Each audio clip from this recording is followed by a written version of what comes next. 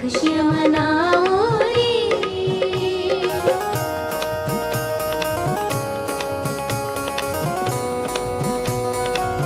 जयकारा गुरुदेव का,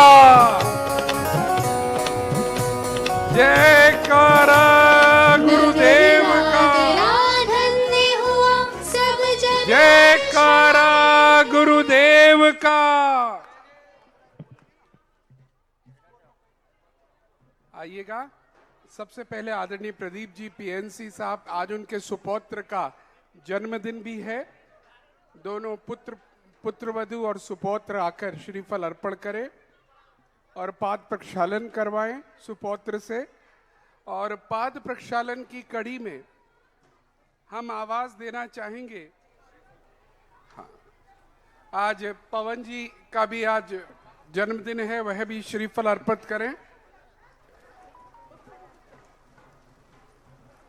और हम आवाज देना चाहेंगे श्री पंकज जी, श्री जिनेन्द्र चिरगांव, अशोक कुमार, मनोज, अर्पित, सुधा, सिंधु, आशंका, अनुभा, साधना और पर्व जैन, पूरा ललितपुर परिवार आकर पाद प्रक्षालन करे। पवन जी बड़जात्या भी जिन्होंने शांति धारा की है वो आकर पाद प्रक्षालन करे। सबसे पहले आज का बर्थडे बॉय जिसका जन्मदिन है, छोटा सा बालक, उसको आशीर्वाद मिला है। अपने दादा की तरह धर्म के मार्ग में सदैव चले, यही भावना हम सब भी भाएंगे। और ललितपुर परिवार इसके बाद आए। उसके बाद पवन जी बड़जात्या, आप भी पाद प्रक्षालन के लिए आइएगा। और साथ ही में आज 3 परिवार मिलकर आएंगे पाद प्रक्षालन करने। सहारनपुर के रूपक, आभास, देवांग, सुरभि, रीता, ऋषिकेश के मयंक, अनंत, अतिशय, रूपा और सहारनपुर के ही प्रणव, पर्व, प्रीशा, पराग, स्नेह, सुधीर, ये तीनों परिवार के प्रमुख मिलकर आगे आकर पाद प्रक्षालन करें। इनकी महिलाएं कृपया करके जिनवाणी ले लें और जिनवाणी दान करें। बांसवाड़ा है ना? नाम दे 2 मिनट पहले शीतल जैन, बड़ोदिया, बड़ोदिया करना वागड़ी को। बहुत बहुत धन्यवाद सर। एक सेकंड क्या लिखा? कहाँ से करें? बड़ोदिया, ठीक है, बड़ोदिया का वागड़। बहुत बहुत धन्यवाद।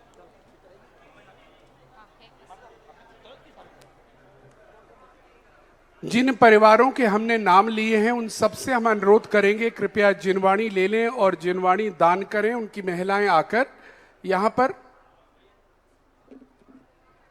और इसके बाद जिनेन्द्र जी, ललितपुर परिवार यहां पर आकर दीप प्रज्वलन भी करेंगे। और साथ में प्रदीप जी पीएनसी जी के सुपौत्र जिनका जन्मदिन है, वो भी आज आचार्य विद्यासागर जी महाराज के चित्र के समक्ष दीप प्रज्वलन के लिए आदरणीय प्रदीप जी उनको लेकर आएंगे। और मंगलाचरण के लिए हम अनुरोध करेंगे। और सहारनपुर वाला परिवार भी पाद प्रक्षालन, जिनवाणी दान करने के बाद यहाँ दीप प्रज्वलन के लिए हमारे नजदीक पहुंचेंगे। और वहां भीड़ ना लगाएं, अन्य कोई भी व्यक्ति ना पहुंचे, हमारा विनम्र अनुरोध है। केवल वही परिवारों को बुलाया गया है जिन्होंने आज शांति धारा की है, मुख्य शांति धाराएं की हैं। और अब पाद प्रक्षालन का उन्हें मौका दिया जा रहा है।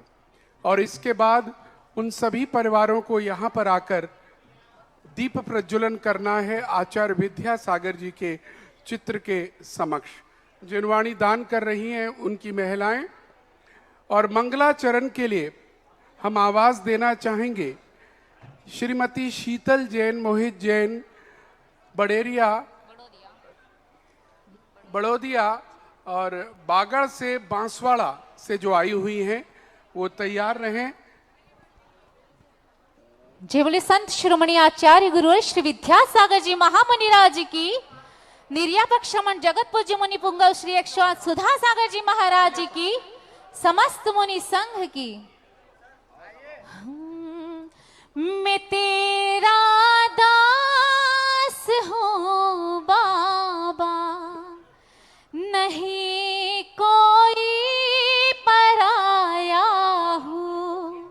पड़ा हूँ तेरी चौखट पर, पड़ा हूँ तेरी चौखट पर, जमाने का सताया हूँ।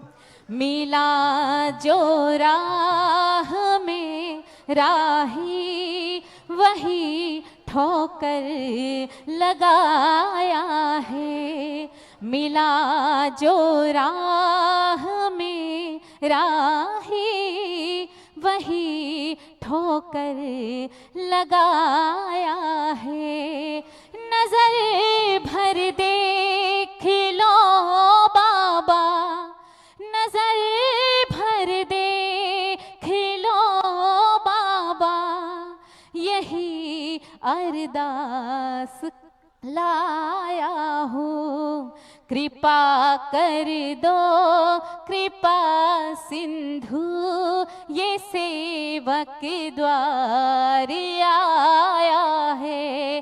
कृपा कर दो कृपा सिंधु, ये सेवक द्वार आया है। जो खाई ठोकरे जग की, तो पहुँचा द्वार तक तेरे। ठिकाना मिल गया मुझको, ठिकाना मिल गया मुझको। सराहूं भाग्य को मेरे, मुकद्दर का सिकंदर वो, जो तेरे पास आता है।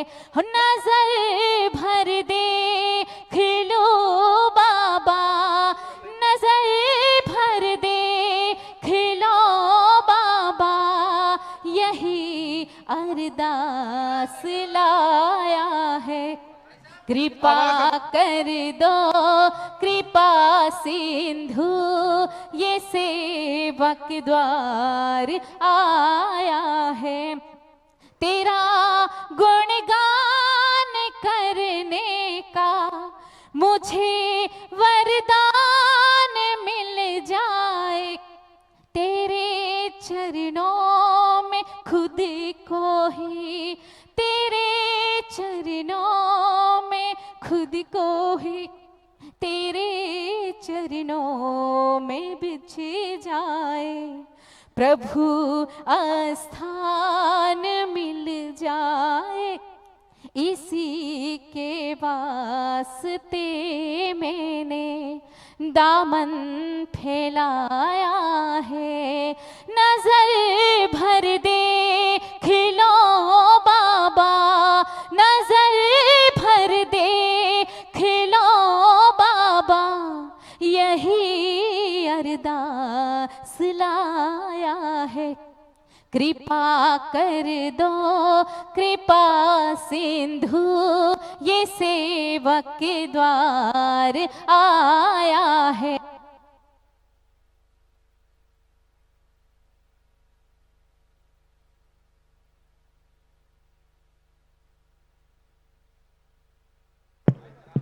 हाँ चलिए।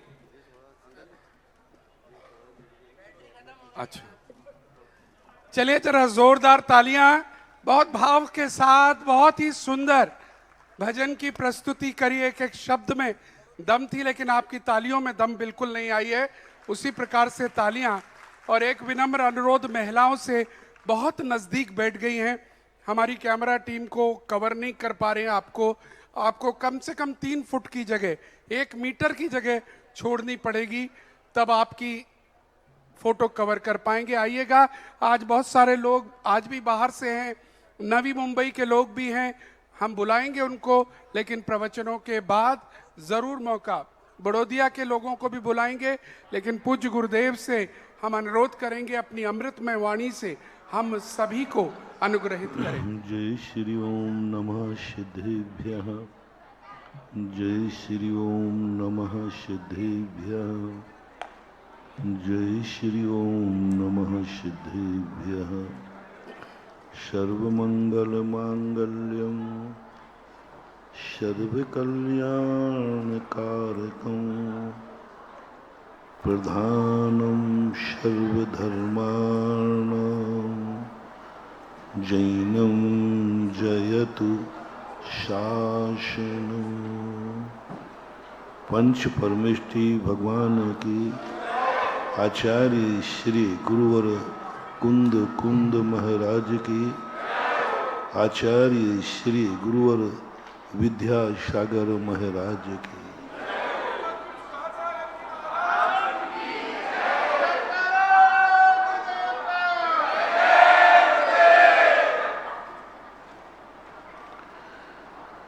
कुछ कार्य,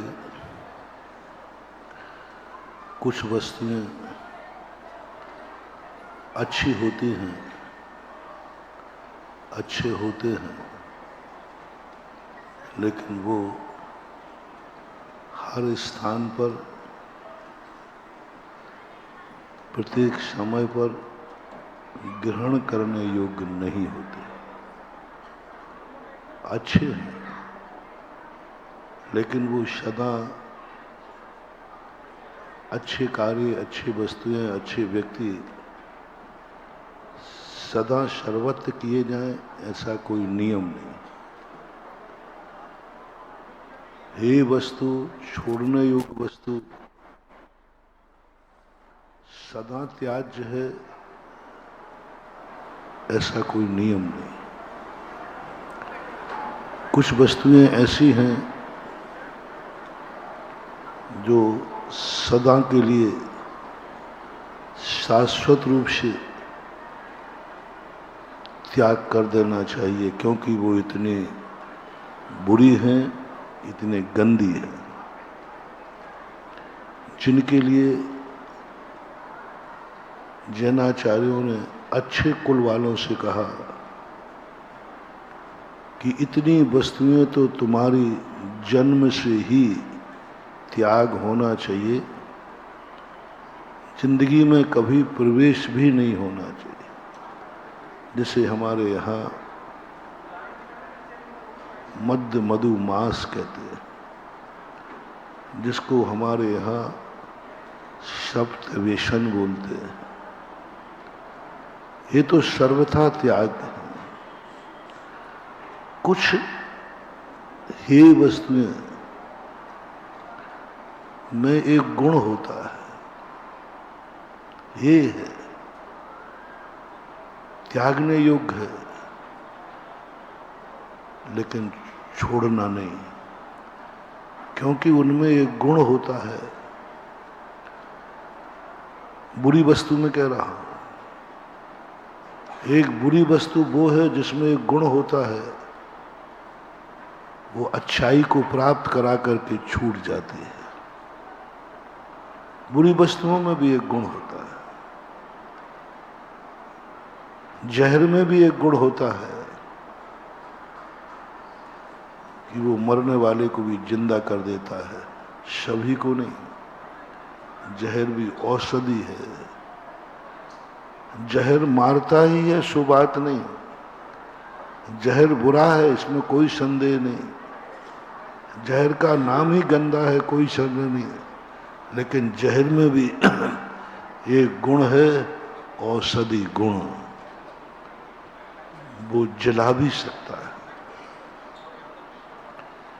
इसलिए हर बुरी वस्तु को थोड़ा सोच करके छोड़ना, सोच करके सोच, क्योंकि उस वस्तु में कारण एक बैठा हुआ है, ये गुण बैठा है किसी को स्वस्थ करने का। सांप का जहर मारता है, लेकिन ऐसी बात नहीं है। उस जहर से न जाने कितनी दवाइयां बनती हैं।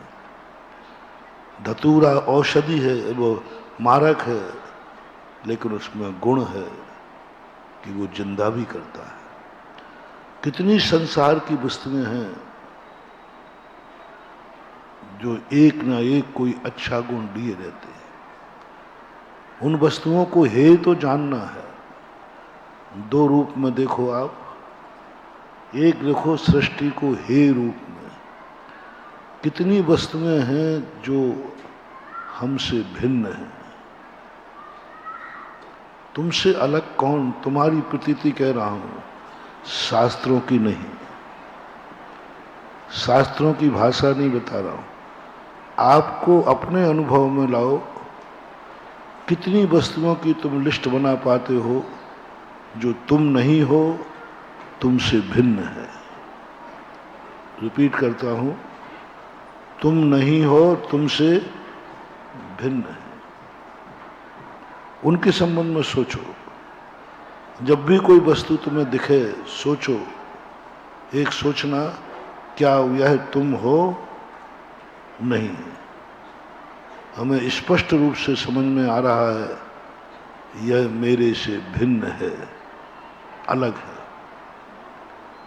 एक फैसला, एक निर्णय, इस संसार में जीने की कला। संसार में रह करके भी तुम तत्वज्ञानी, संसार में रह करके भी तुम नाली के जल में पड़े होकर सोने के समान खड़े बने रहोगे, जंग नहीं लगेगी।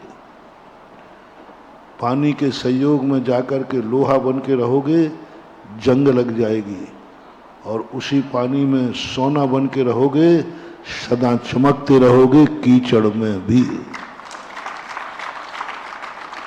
क्योंकि सभी व्यक्ति कीचड़ से बाहर नहीं आ सकते।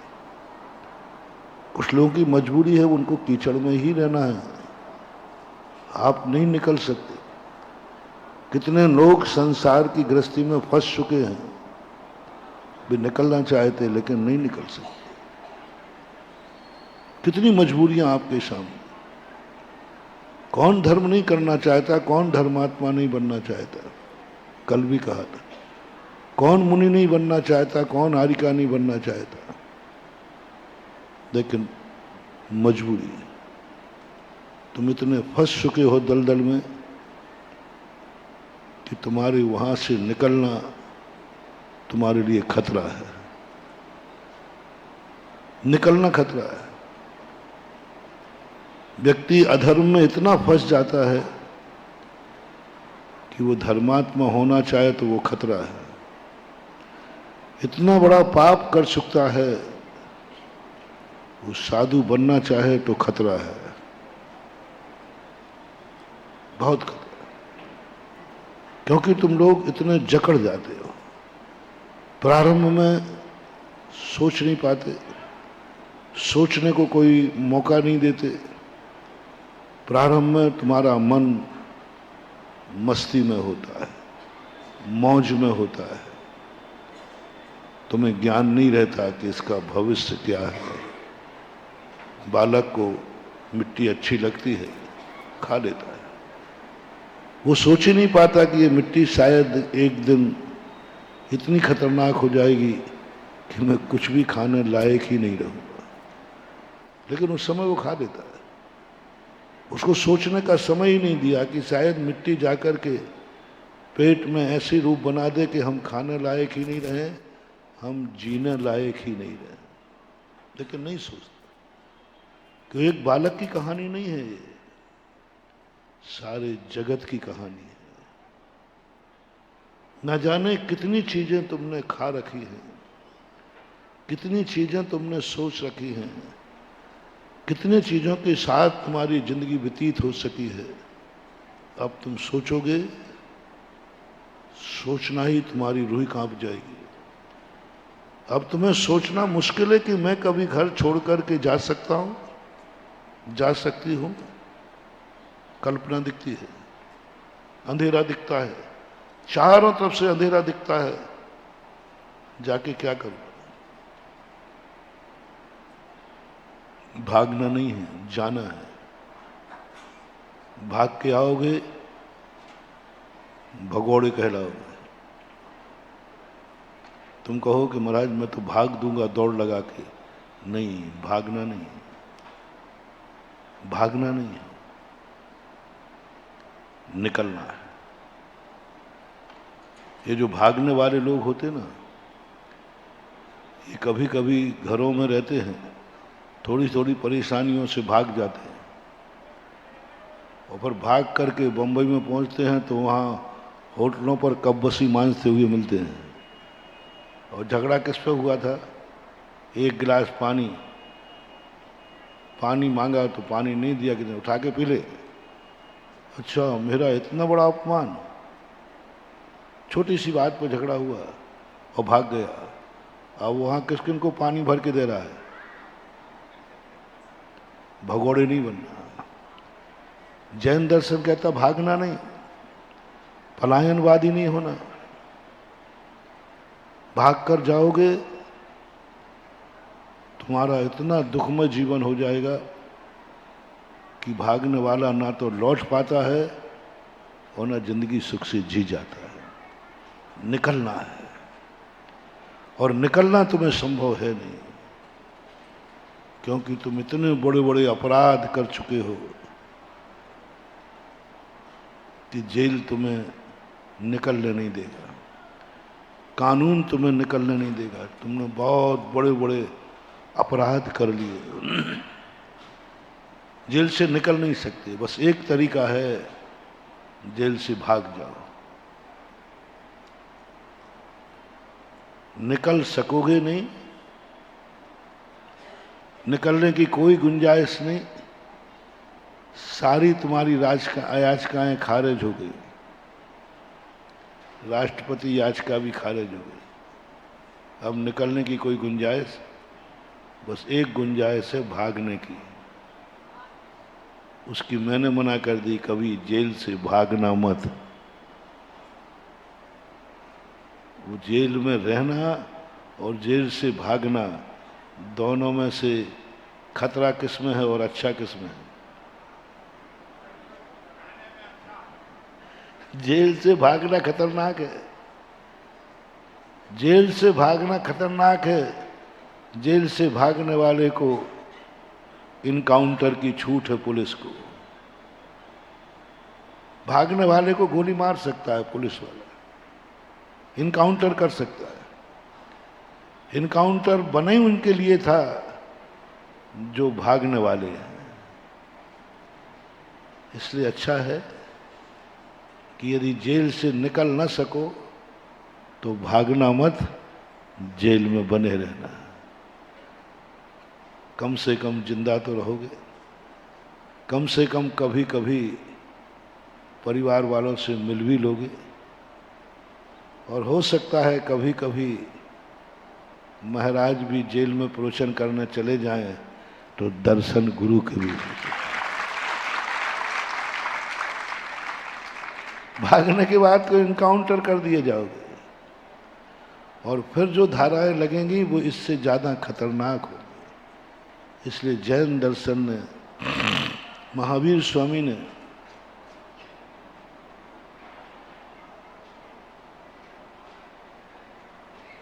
संसार को जेल कहा है, घर को कारागृह कहा है, वनिता को वेड़ी कहा है, परिवारजनों को जेल के रखवाले कहा है। ये सब टाइटल मिले, लेकिन भागने की मनाही की है। भागना मत। पहले अपनी लिस्ट देखो कि तुम इतना बड़ा अपराध तो नहीं किया है कि तुम जमानत से भी निकल ना सको।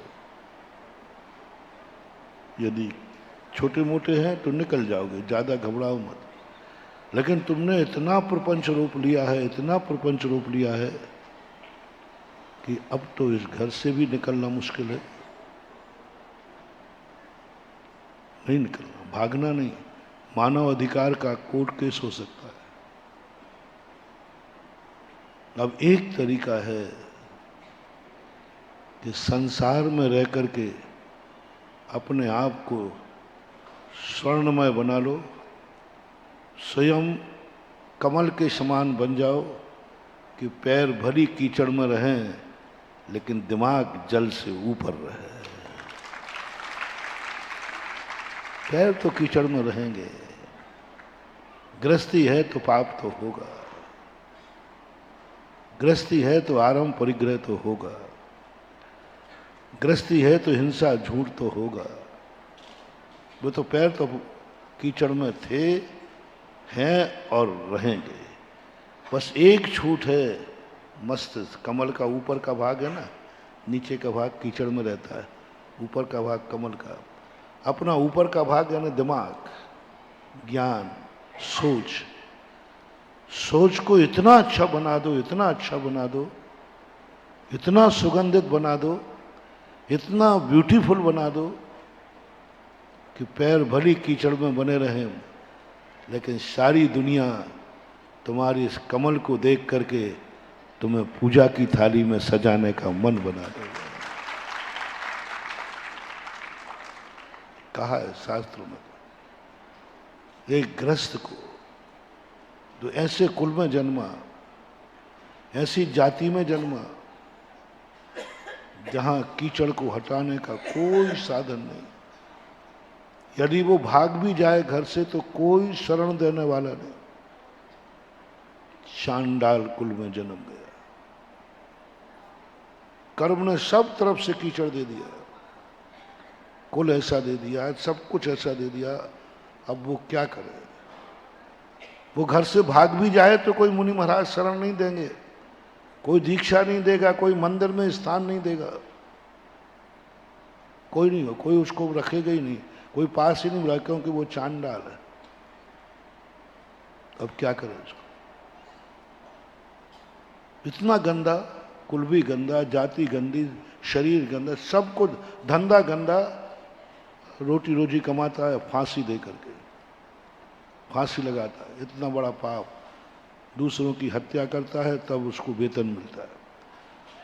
इतने बड़े पापी को, इतने बड़े दलदल में फंसा हुआ व्यक्ति ना तो निकल सकता है और ना भाग सकता है। निकल सकते ही नहीं, क्योंकि कुल से ही अयोग्य हो गया।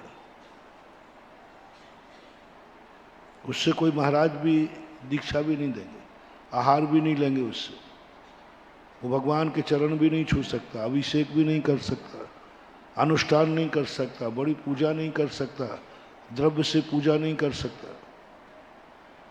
अब क्या करो? उसके लिए भी गजब जैन दर्शन, उसके लिए भी रास्ता निकाल दिया। मैं क्या करूं? मैं अतीत में गलती कर चुका हूं, मैं नीच गोत्र में जाके जन्म ले चुका हूं, अब मुझे क्या उपाय है? बोले एक उपाय है, तेरी जिंदगी तो वहीं रहेगी, पैर तो वहीं रहेंगे, बस तू अपने मस्तिष्क को कमल बना दे, देवता तुझे जय जयकार करने आ जाएंगे। बस एक उसने ऐसा सोच लिया कि चाहे कुछ भी हो जाए, मैं चतुर्दशी के दिन हिंसा नहीं करूंगा। काकताली न्याय से मैंने कहा ना था कल कि तुम जैसे ही धर्मात्मा बनोगे कष्ट शुरू हो जाएंगे। बहुत सारे लोग कहते महाराज जी ये क्या आप लोगों को कोई, महाराज बनते ही अंतराय क्यों आते हैं? आप लोग कहते महाराज जी हम लोगों को तो अंतराय आते ही नहीं है। अंतराय आते नहीं है कि देखते ही नहीं हो? देखने का समय क्या, देख तो टीवी रहे हो और यहां ग्लास बना रहे हो, यूं ये जा रहा है। बालचंद दीपचंद कहते हैं ये राक्षस है तो खा जाएगा। देखते कब हो? देखने का नियम कब लिया? और नियम नहीं है तो दिखेगा भी नहीं, ध्यान रखना। एक बार एक पंडित जी आहार दे रहे थे तो हम लोग सो दे थे, तो उन्होंने आहार देते हुए मजाक किया, बोले महाराज जी आप लोग तो ऐसे सोच रहे हो जैसे हमने कोई जहर दे दिया हो आपको। हम आप लोग के भक्त हैं, आप हमारे गुरु हैं, हम लोग कब से सोच रहे हैं, सुबह से सोच रहे हैं, हर चीज सोच के बनाया। जब पानी अनाज लाए तो उसको धोया, सोच के कि सोला का आटा बनाया, रोटी बनाई, सुबह से सोच रहे हैं। और एक नहीं सोच रहे, घर में सारे लोग सोच रहे हैं और अभी भी थाली में सोच के ही दे रहे हैं। फिर भी आप लोगों को, हम लोगों पर इतना विश्वास नहीं है। इतना तो आप विश्वास करना ही चाहिए। हम लोगों ने सोच लिया, आप ले लो चुपचाप। आपके भगत ही है। बस ये कहना था ही, और एक कहते उनने गिलास दिया, उसी गिलास में ए पकड़ भाई पंडित जी तेरी आंखों का बाल चंद। तुरंत उनका कहना हुआ और उसी गिलास में जो यही कहते हुए, महाराज जी आप लोग को पता नहीं, इतना विश्वास तो करना ही चाहिए, हम लोग भक्त हैं आपके, और आप लोग ऐसे ढूंढते हो यूं यूं यूं वो यूं यूं, जैसे हम लोगों ने छुपा दिया हो कोई चीज। और कहना था और बाल चंदा गया। पंडित जी कहते महाराज जी ये क्या बात है, हम लोगों को क्यों नहीं दिखा,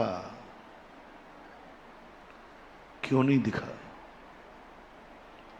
हमारे संग में कई बार ऐसा होता है, 10-10 ब्रह्मचारी सोते हैं, ब्रह्मचारिणियां सोती हैं, ग्रस्त सोता है, बिल्कुल एक एक यूं करके सोता है, और साधु की अंजलि में जाता है तो लोग कहते महाराज वो तो कोई आप लोगों को कोई ऊपरी बाधा है,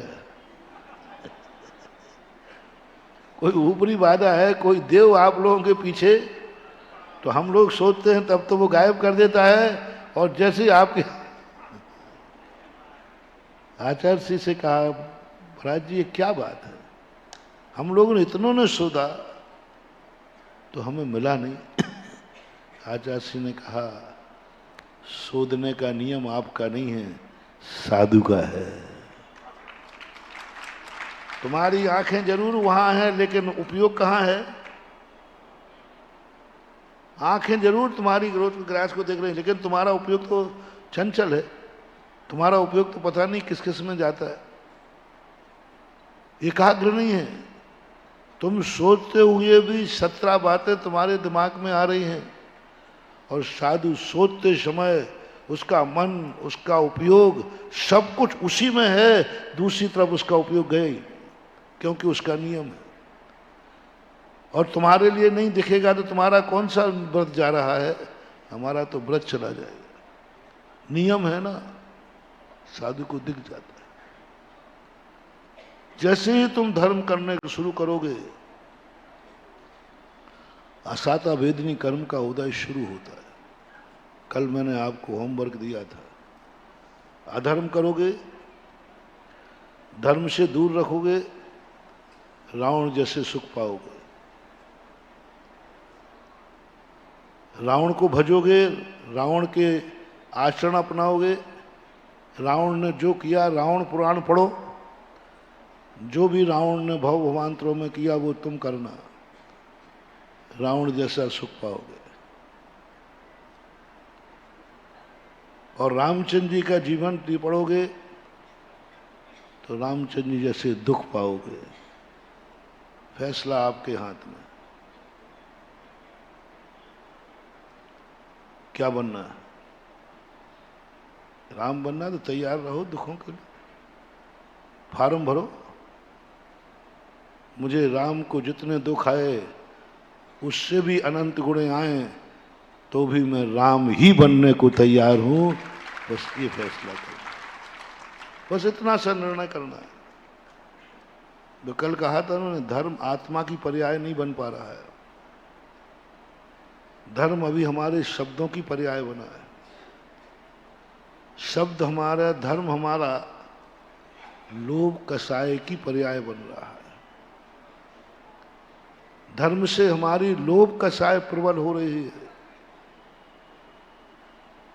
आज 99% लोग जितना धर्म कर रहे हैं, इससे लोभ कसाय की बहुत तीव्रता बढ़ रही है।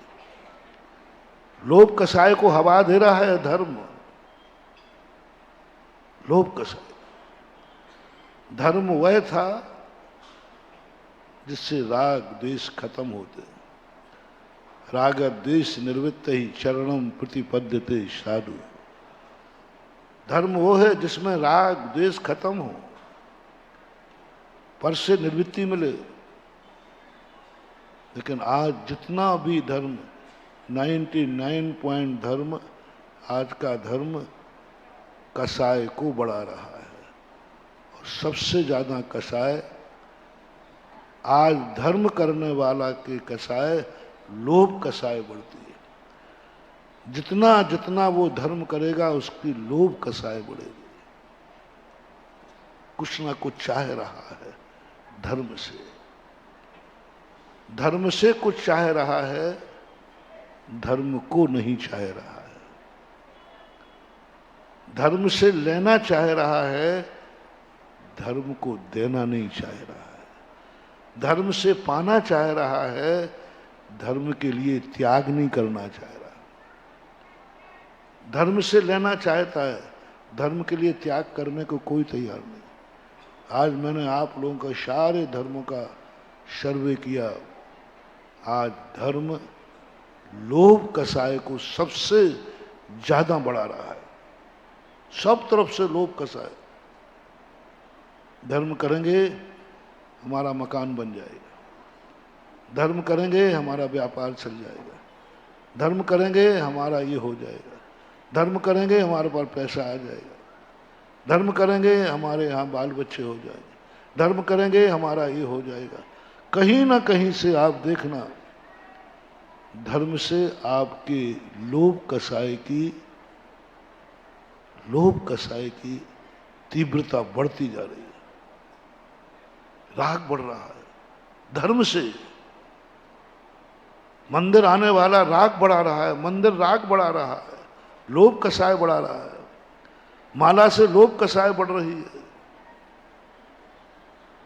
परिग्रह पाप बढ़ रहा है। 2 कसाय में लोभ कसाय इस पंचम काल में सबसे ज्यादा धर्मात्माओं की लोभ कसाय प्रबल होती है, क्योंकि उनने पढ़ लिया धर्म से यह वस्तु मिलती है। बस अब उस धर्म पर वो टूट पड़ेंगे और धर्म को करने के लिए सबको निशावर कर देंगे, क्योंकि उनको वो लोभ कसाय बढ़ा देगा। दूसरा काम, 5 पापों में सबसे बड़ा परिग्रह पाप है, जो पाप धर्म से बढ़ रहा है। धर्म से बढ़ा रहे हैं। धर्म से पाप, अधर्म से पाप अलग चीज है। धर्म से पाप, महानुभाव, धर्म से पाप बहुत खतरनाक है।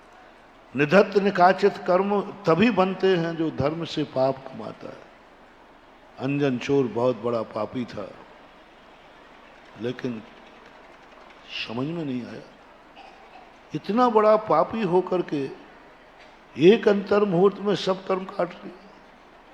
मैंने उसको पढ़ा, अंजन चोर का पूरी स्टोरी पढ़ी, पता चला उसने पाप तो किया था, लेकिन धर्म से पाप नहीं किया था। धर्म के लिए कभी पाप नहीं किया था, वो जानते ही नहीं था धर्म। कभी धर्म के लिए कोई पाप नहीं किया, पाप के लिए धर्म नहीं किया, पाप तो किया है इसलिए वो तर गया। लेकिन आज संसार पाप के लिए धर्म कर रहा है। रावण ने पाप के लिए धर्म किया, पाप के लिए भगवान का नाम लिया, पाप के लिए ध्यान में बैठा, पाप के लिए चैत्यालय गया, पाप के लिए ओम ह्रीम अरहम शांतिनाथ जिनेन्द्राय नमः कहा। पाप के लिए। इससे बड़े बड़े पापी हुए। अंजन चोर कितना बड़ा पापी था, सप्तविष्णी था, सब कुछ था, दुर्गुणों से भरा हुआ था, लेकिन धर्म से पाप नहीं किया। पाप तो किया है, लेकिन रावण का पाप ऐसा क्या सिर चढ़ के बोला, क्योंकि उसने पाप के लिए धर्म किया था। धर्म किया था पाप के लिए। उसने माला फेरी थी, शक्ति प्राप्त की थी पाप के लिए, बहुरूपणी विद्या प्राप्त की धर्मात्मा को मारने के लिए। आप खुद शेयर करना, भगवान जैसी शक्ति का प्रयोग जो परम धर्मात्मा है, और उसी धर्मात्मा के नाम से हम धर्मात्मा को मारने की सोच रहे हैं। शांतिनाथ भगवान धर्मात्मा थे कि अधर्मात्मा थे? उनका नाम धर्म था कि अधर्म? धर्म का अच्छा नाम था। और भगवान शांतिनाथ धर्मात्मा हैं और उनसे शक्ति प्राप्त करके धर्मात्मा को मार रहा है। और क्या सोच रहा है? जो अपनी पत्नी की रक्षा करे, हे शांतिनाथ भगवान, उसका नाश हो, उसकी हत्या हो, मैं उसको मारूं। कोई बात नहीं, ये पाप भाव आ सकता है, लेकिन किसके नाम से कर रहा है वो? हे शांतिनाथ भगवान, आप मुझे शक्ति दो, अपनी पत्नी की रक्षा करने आए हैं। जो पत्नी की रक्षा करने आया है उसका मैं नाश करूं। धर्म से, शांतिनाथ से, शांतिनाथ भगवान के सामने निभाव कर रहा। और जो दूसरे की स्त्री उठा के लाया हूं मैं, हे शांतिनाथ भगवान, तुम मेरी रक्षा करना, पापी की रक्षा करना। मैं राम की पत्नी को उठा के लाया हूं, मेरी तो रक्षा करो, और जो अपनी पत्नी को बचाने आए उसका नाश करो। बोलो भाई, ऐसे व्यक्ति को माफीनामा होगा? किनका नाम? यदि वो भगवान का नाम लिए बिना ये कर लेता तो शायद माफ कर दिया जाता। जैसे अंजन चोर ने किया, और बड़े बड़े पापियों ने किए, उनके पाप पर क्षण मात्र में नाश हो गए, क्योंकि उन्होंने धर्म को बीच में नहीं लाए थे, पाप तो करते थे। इसलिए मैं सदा कहता हूं, तुम पाप नहीं छोड़ सकते हो तो कोई बात नहीं, लेकिन पाप के लिए कोई धर्म मत करना। रिपीट करता हूं, जरूरी नहीं कि आप पाप छोड़ सके, कोई बात, कोई बात। पाप नहीं छूट रहा है, मत छोड़ना दो। पाप हो रहा है, होने दो। लेकिन बस एक नियम लेना, पाप में सफलता पाने के लिए किसी भगवान को बीच में मत लाना। नमोकार मंत्र पढ़ करके पाप में सफलता पाने का भाव मत करना। नमोकार मंत्र फेर करके जुआ के पासे मत फेंकना, नहीं तो हाथ में जुआ के फाड़ लो, जय गुरुदेव। काहे के लिए भैया? जय शांतिनाथ, और पास से जय नमो हरिहंताणो। पास से बहुत बड़ी बात कह रहा हूं मानव, थोड़ा चिंतन करके समझना। मैं पाप का समर्थन नहीं कर रहा हूं, लेकिन उस मजबूर पापी के लिए रास्ता निकाल रहा हूं। उस मजबूर पापी के लिए जो पाप कर रहा है लेकिन महाराज नहीं छोड़ पाऊंगा। रोते हैं कई पापी मेरे पास आके, महाराज नहीं छूट रहा। शराबी रोते हैं, महाराज छुड़ाओ शराब, मैं छोड़ना चाहता हूं, नहीं छूट रही है, 50 बार छोड़ चुका हूं। स्मोकिंग वाले छोड़ नहीं पा रहे हैं, गुटखे खाने वाले रोते हैं, कई जुआरी रोते हैं, महाराज जी मैं 50 बार नियम ले चुका हूं, लेकिन जैसे पैसा पे जेब में आता है, मैं पता नहीं कब जुए के फड़ पे चले जाते। बहुत सारे पापी ऐसे, आपके बीच में भी बहुत सारे पापी बैठे हैं जो अपने खुद की आदतों से लाचार हैं, खुद की आदतों से लाचार है। इतनी गंदी आदतें पड़ गई हैं कि आकर रो पड़ते, महाराज जी मैं करूं क्या? सब जान रहा हूं, आपकी बातें सुन रहा हूं, लेकिन मेरे से नहीं छूटता है। मैं मर जाऊंगा लेकिन छूटेगा नहीं। मर जाएगा तो बोले महाराज मरूंगा पक्का है, लेकिन छूट नहीं रहा। कई शराबियों को मैंने कहा महाराज जी मरूंगा पक्का है, डॉक्टर ने मना कर दिया है, लेकिन अब जो है सो है, अब मैं कुछ नहीं कर सकता, मरूंगा। ऐसे पापी है। आप लोग शेयर करना। आप अपनी जिंदगी की सबसे बड़ी एक बुराई जो तुम जानते हो, मैं नहीं, शास्त्र नहीं, गुरु नहीं, तुम अपनी जिंदगी की एक बुराई पकड़ो जो तुम्हारी दृष्टि में बुराई है, जिसको तुम छोड़ नहीं पा रहे हो। तुम्हें भी इसका खेद है, तुम्हें भी दुख है, तुम भी जान रहे हो मुझे ये कार्य नहीं करना चाहिए, मुझे ये नहीं सोचना चाहिए, मुझे ये नहीं देखना चाहिए, मुझे ये नहीं बोलना चाहिए, मुझे यह नहीं खाना चाहिए, मुझे वहाँ नहीं जाना चाहिए, मुझे यह नहीं करना चाहिए। ऐसी कोई एक ना एक बात जरूर तुम्हारे पास है, एक ना एक जरूर तुम्हारा वीक पॉइंट है जो जिससे तुम परेशान हो, जिसको तुम लाख जतन कर चुके हो तो भी वह नहीं छूट रहा है।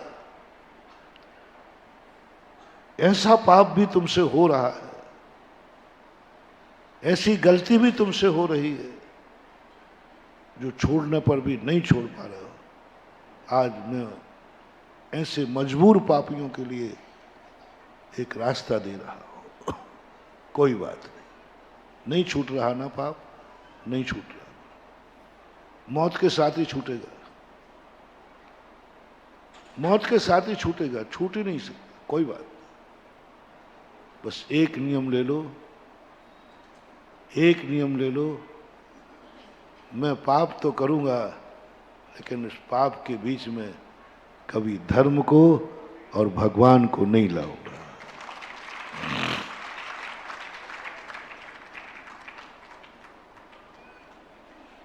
सबसे बड़ी भूल कर रहे हो मानो। पाप, इतना पाप का फल मैंने देख लिया, बड़े बड़े पापियों को मैंने क्षण मात्र में उद्धार करते देखा है। जिंदगी भर का अंधेरा क्षण मात्र से सूर्य की किरण निकल के दूर हो सकती है।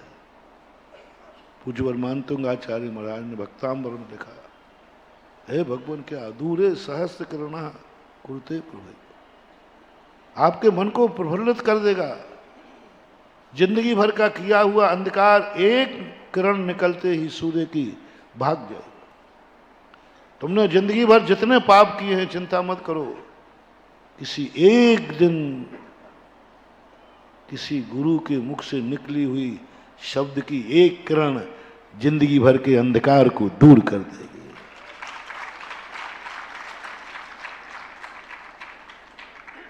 जिंदगी भर की, ये मत समझो कि रात भर के अंधेरे को दूर करने के लिए दिन भर लगेगा। अंधेरा कितनी देर का फैला है? रात भर का। तो उसको दूर करने के लिए दिन भर चाहिए। रात भर के फैले हुए अंधेरे को एक बार सूर्य की किरण निकलते ही सारा अंधेरा भाग जाता है।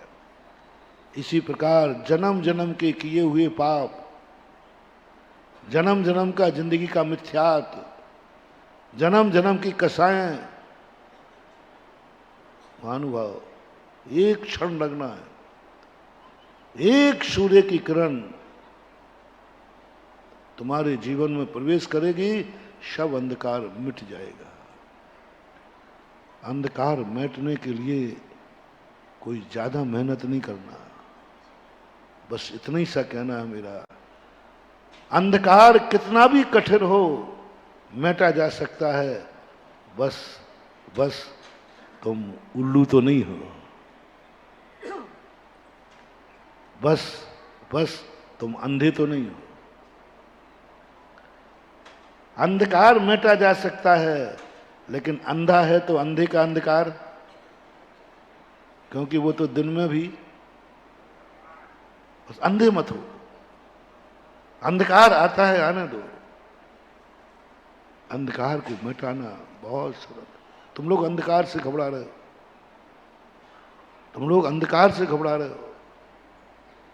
अंधकार से मत घबराओ, अंधेपन से घबराओ, कहीं तुम अंधे तो नहीं हो। इसको दूर करना एक घर में एक बहू थी, सासू शिखर जी जाने लगी तो बहू से कहा, बेटा देख, तेरी आदत थोड़ी ठीक नहीं है, घूमती घामती ज़्यादा है। मेरे घर में आज तक कभी अंधेरे ने प्रवेश नहीं किया। मेरे घर में आज तक कभी अंधेरा नहीं आया। कभी अंधेरा, हमने इस घर में अंधेरा देखा ही नहीं, आया ही नहीं। बेटी ध्यान रखना, अंधेरे को घर में मत आने देना। वो चली गई सासू से। अब बहू भी आज्ञाकारिणी थी, थोड़ी सी आगरा की थी।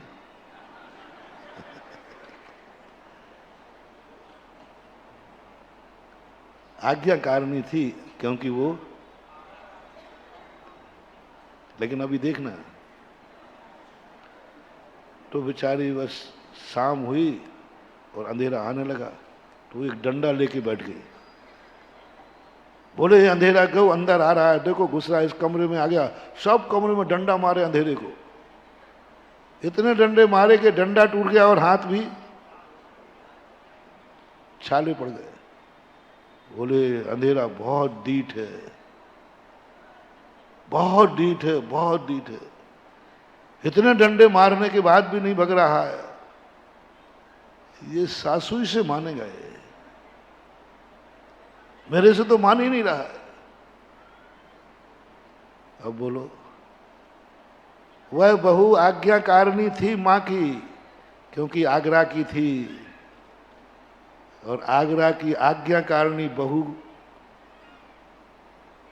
अंधेरे को नहीं भगा पाएगी क्योंकि पागल थी।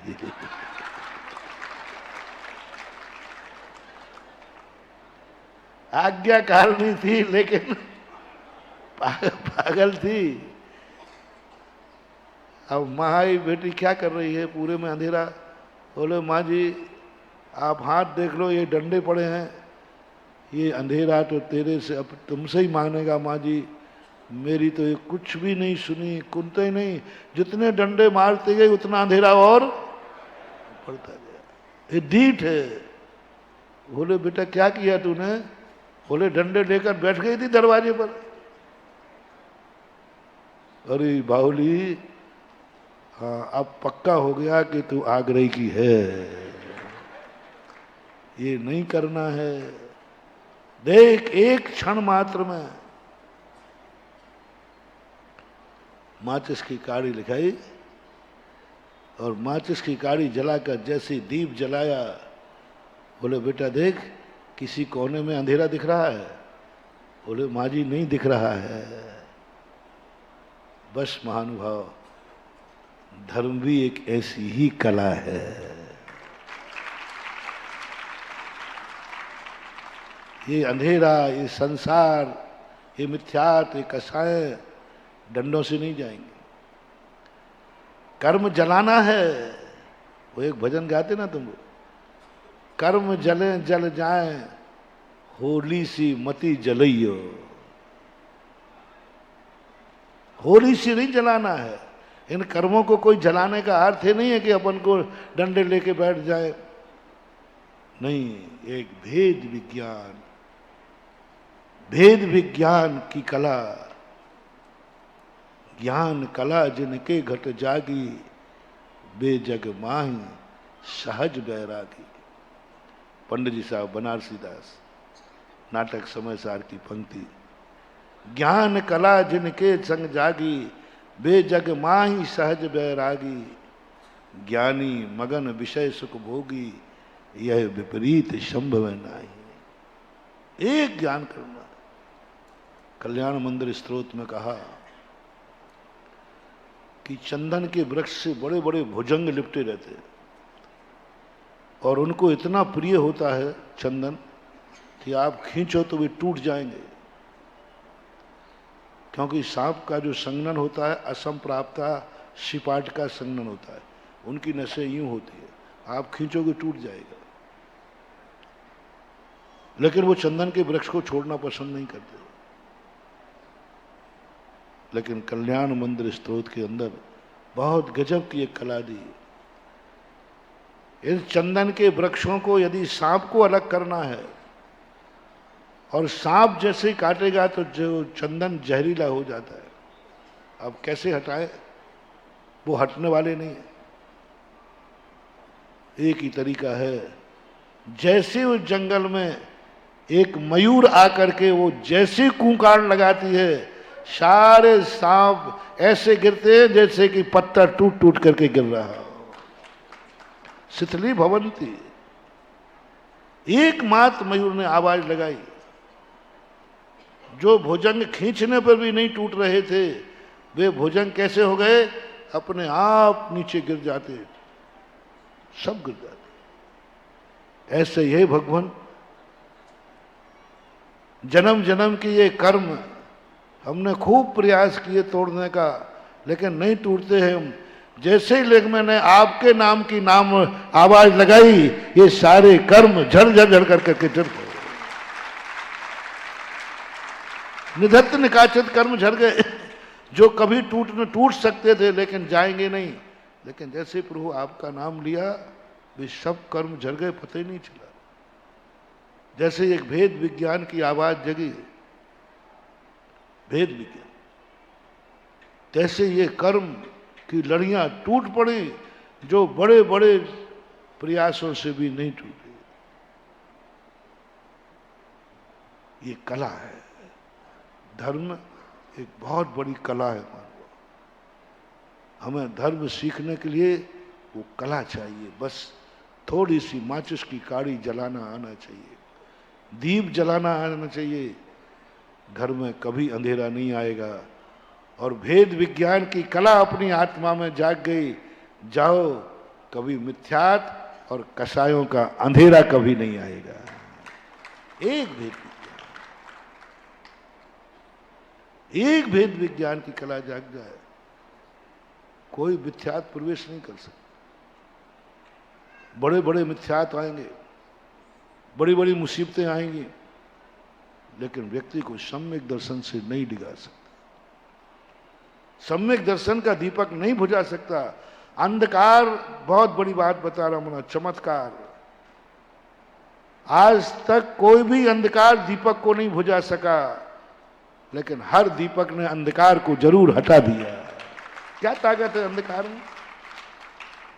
है कोई दुनिया का अंधकार जो दीपक को बुझा दे? है दुनिया का अंधकार जो प्रकाश को हटा दे? अंधकार पूछ रहा हूं, ऐसा दुनिया का अंधकार बताओ जो प्रकाश को ढक दे।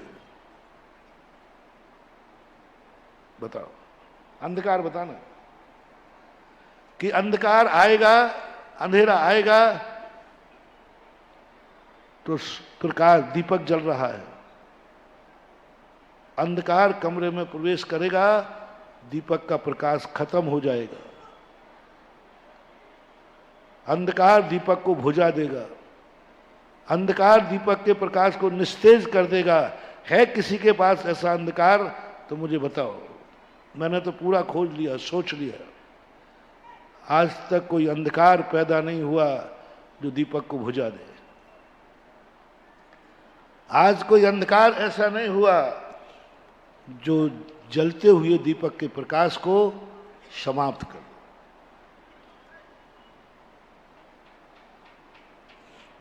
ध्यान में आ रहा हो तो बता देना, शाम तक बता देना, जिज्ञासा में बता देना। और क्या करें?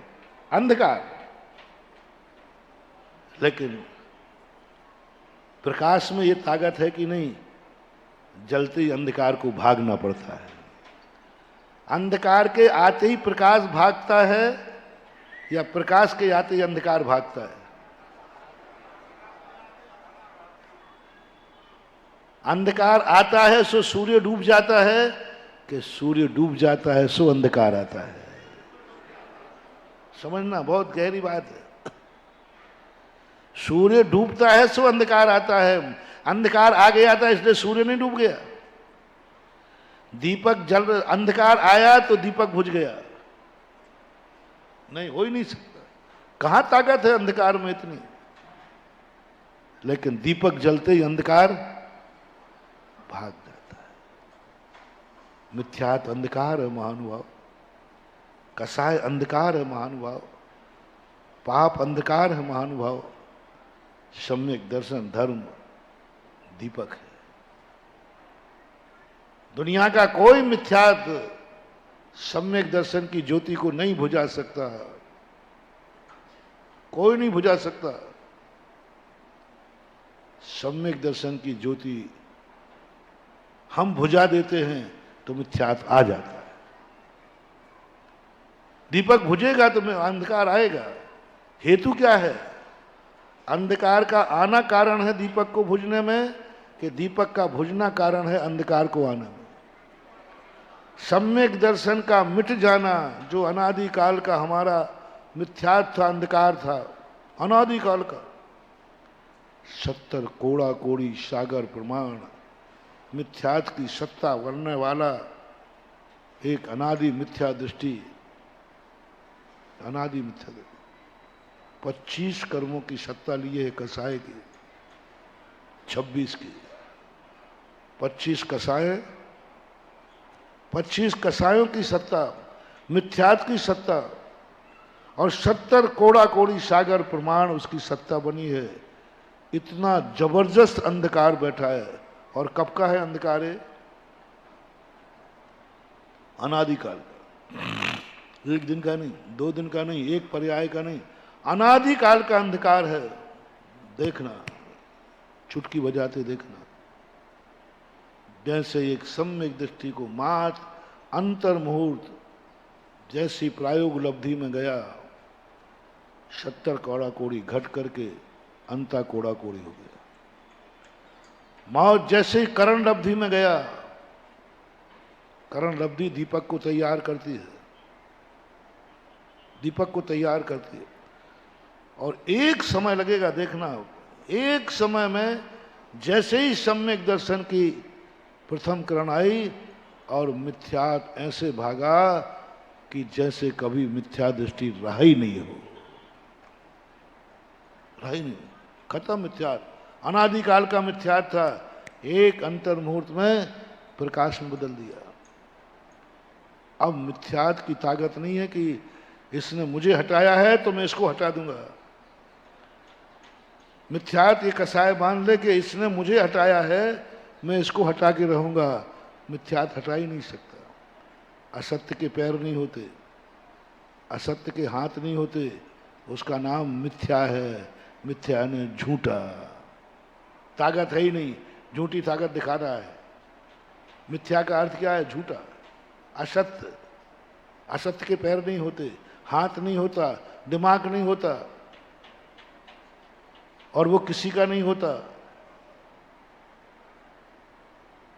सब में व्याप्त होकर रहता है और हाथ पैर है नहीं। अंधकार किसकी पर्याय है? प्रकाश हमें मालूम है किसकी पर्याय है, अंधकार किसकी पर्याय? अंधकार किस में से निकलता है?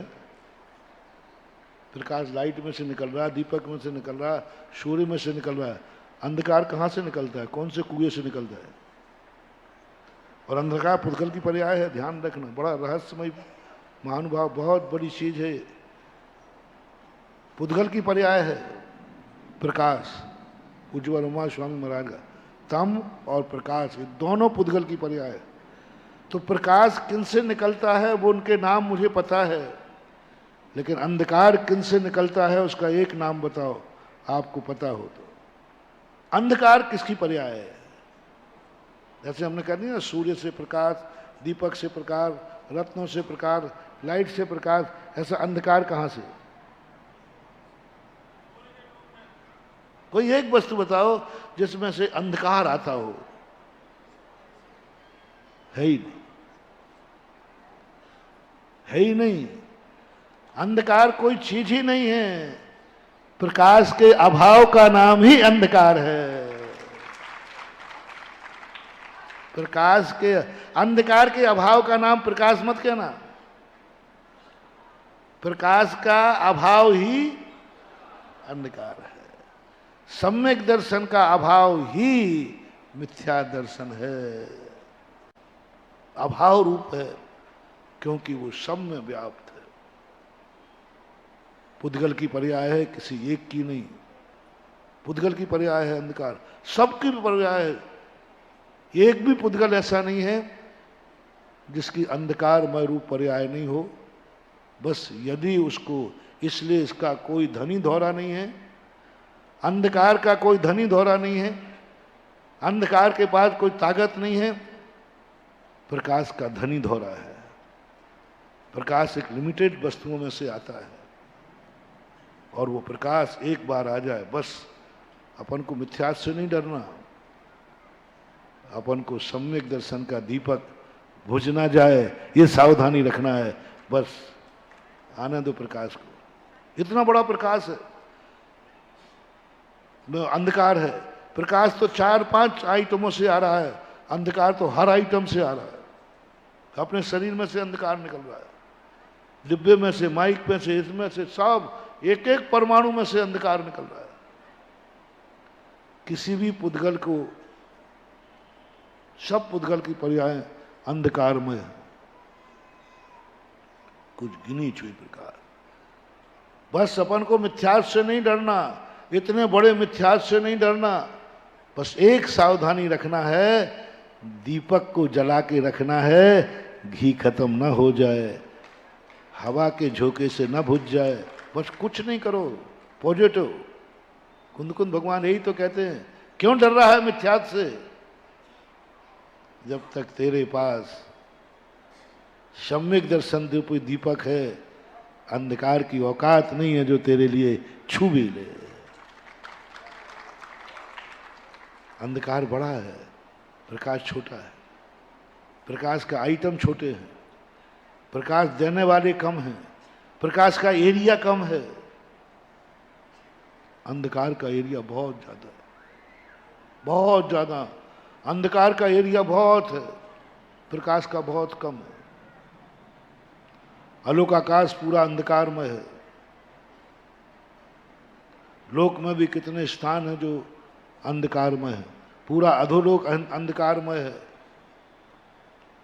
ऊर्ध्वलोक में विमानों को छोड़कर सब अंधकारमय है। पूरे 3 लोक में अंधकार ज्यादा है, पूरे 3 लोक। अधोलोक तो पेवर अंधकार है, 7 नरकों, और यहां भी अंधकार बहुत ज्यादा है।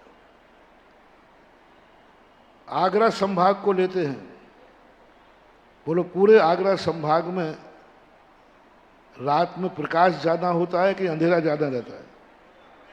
अंधेरा ज्यादा रहता है, प्रकाश तो वही है जहां आप लोग रहते हैं।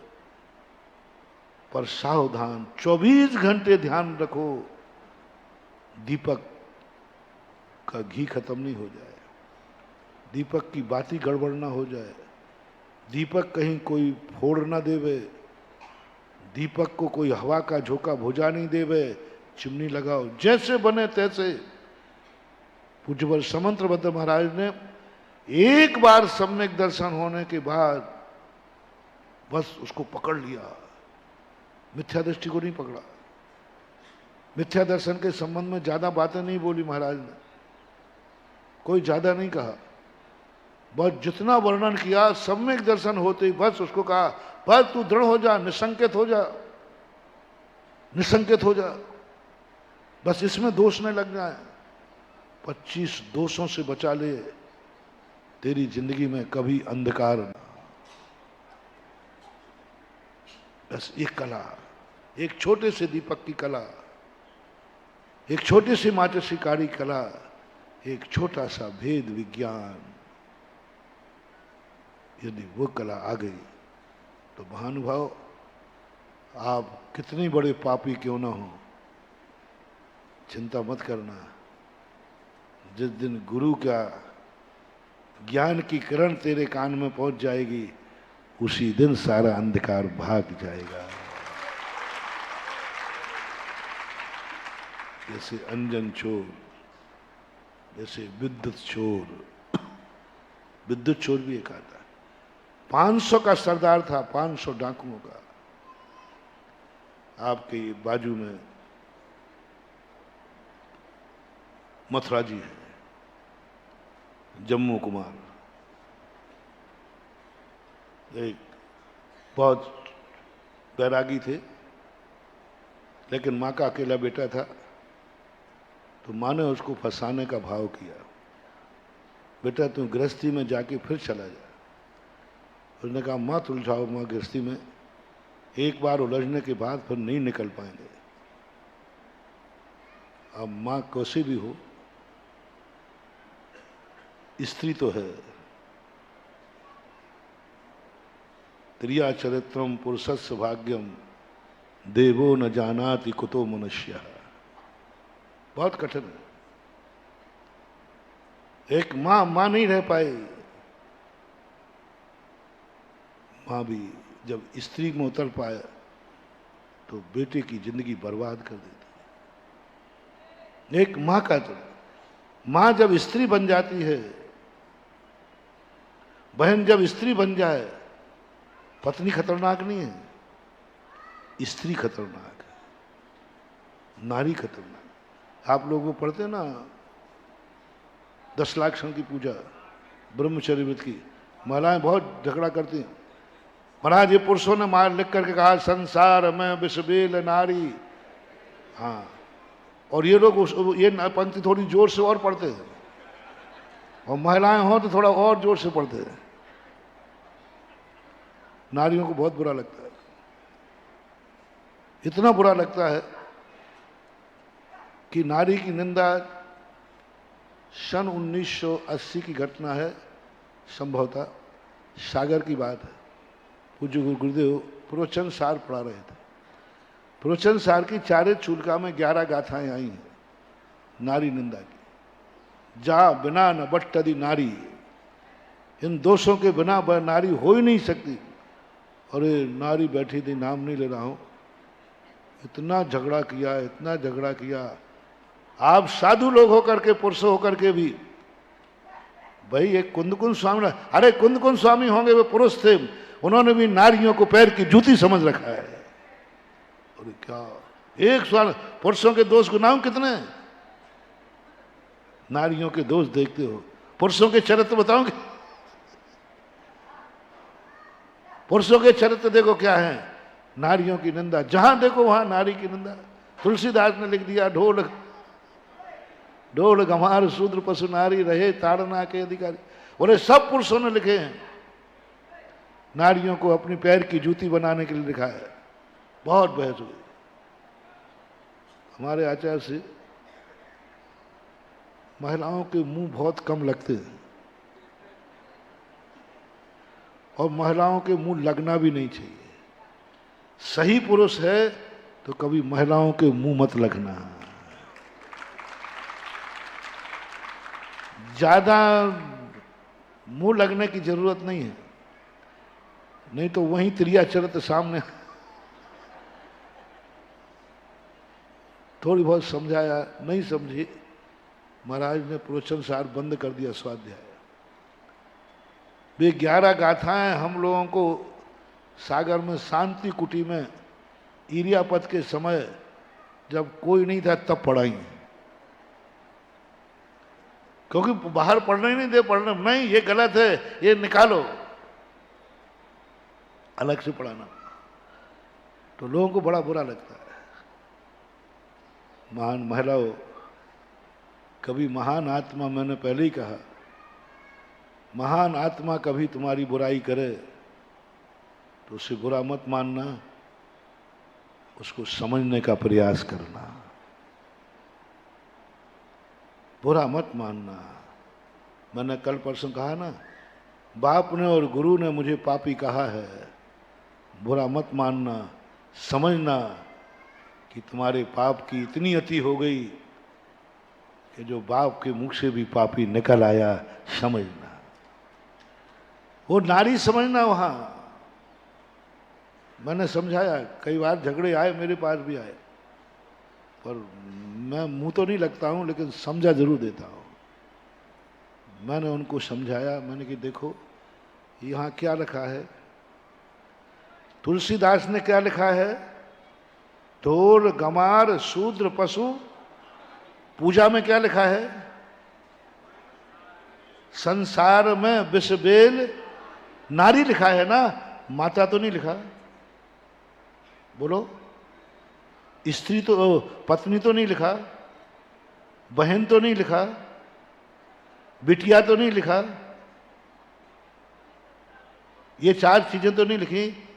तुम इनमें से कौन हो? यदि तुम नारी हो तो 100 बार तुम हो, और तुम किसी की मां हो तो मां की निंदा नहीं है, बल्कि उसी पूजा में आगे जाकर के नारी की निंदा नहीं की, माता बहन श्रुता पहचानो। क्या कहा? स्त्री को माता बहन श्रुता पहचानो। कितनी बड़ी बात कहा, मैंने कहा वहीं के वहीं कह दिया तुम्हें। पुरुषों से कह रहे हैं कि माता के रूप में देख नारी को, बहन के रूप में देख नारी को, पुत्री के रूप में देख नारी को।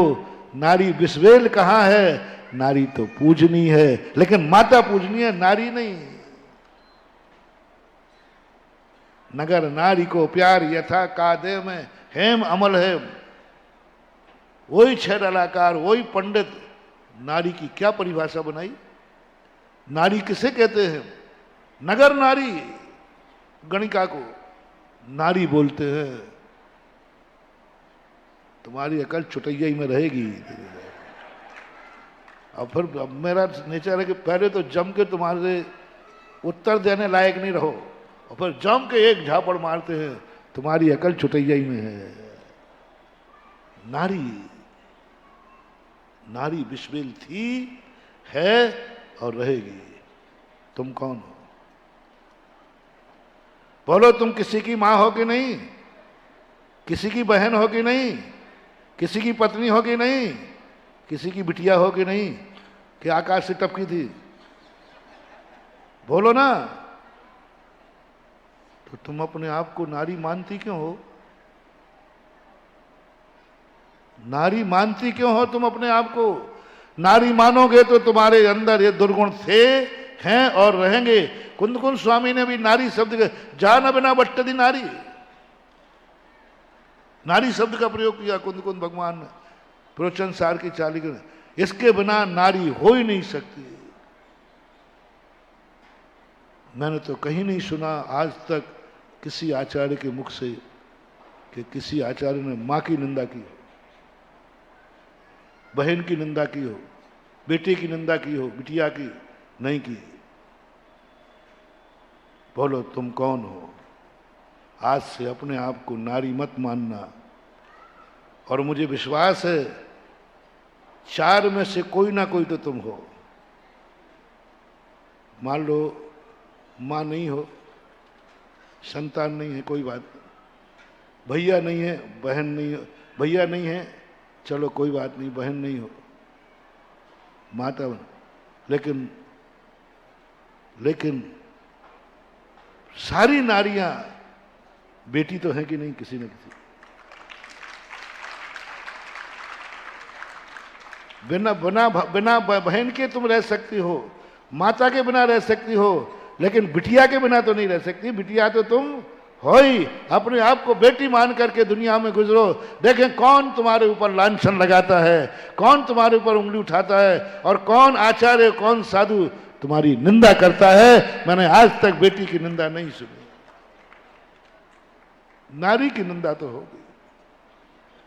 समझा करो, जब कोई टाइटल महान आत्माएं देवें तो उसकी गहराई को समझने का प्रयास करो कि आखिर कहा है। तो कोई ना कोई बोलो, अब नारियों को डंडा चाहिए कि नहीं? नारियों पर अंकुश होना चाहिए या नहीं? पत्नी पे नहीं। हाँ, तीसरा चौथा और रहेगा पत्नी। बोलो, किस शास्त्र में पत्नी का निंदा हुई है? पत्नी की तुलसीदास से पूछ लो, किस शास्त्र में पत्नी की निंदा हुई है? नारी की निंदा हो। और नारी निरंकुश होती है, उसके लिए नियम से अंकुश की जरूरत है। जब भी व्यक्ति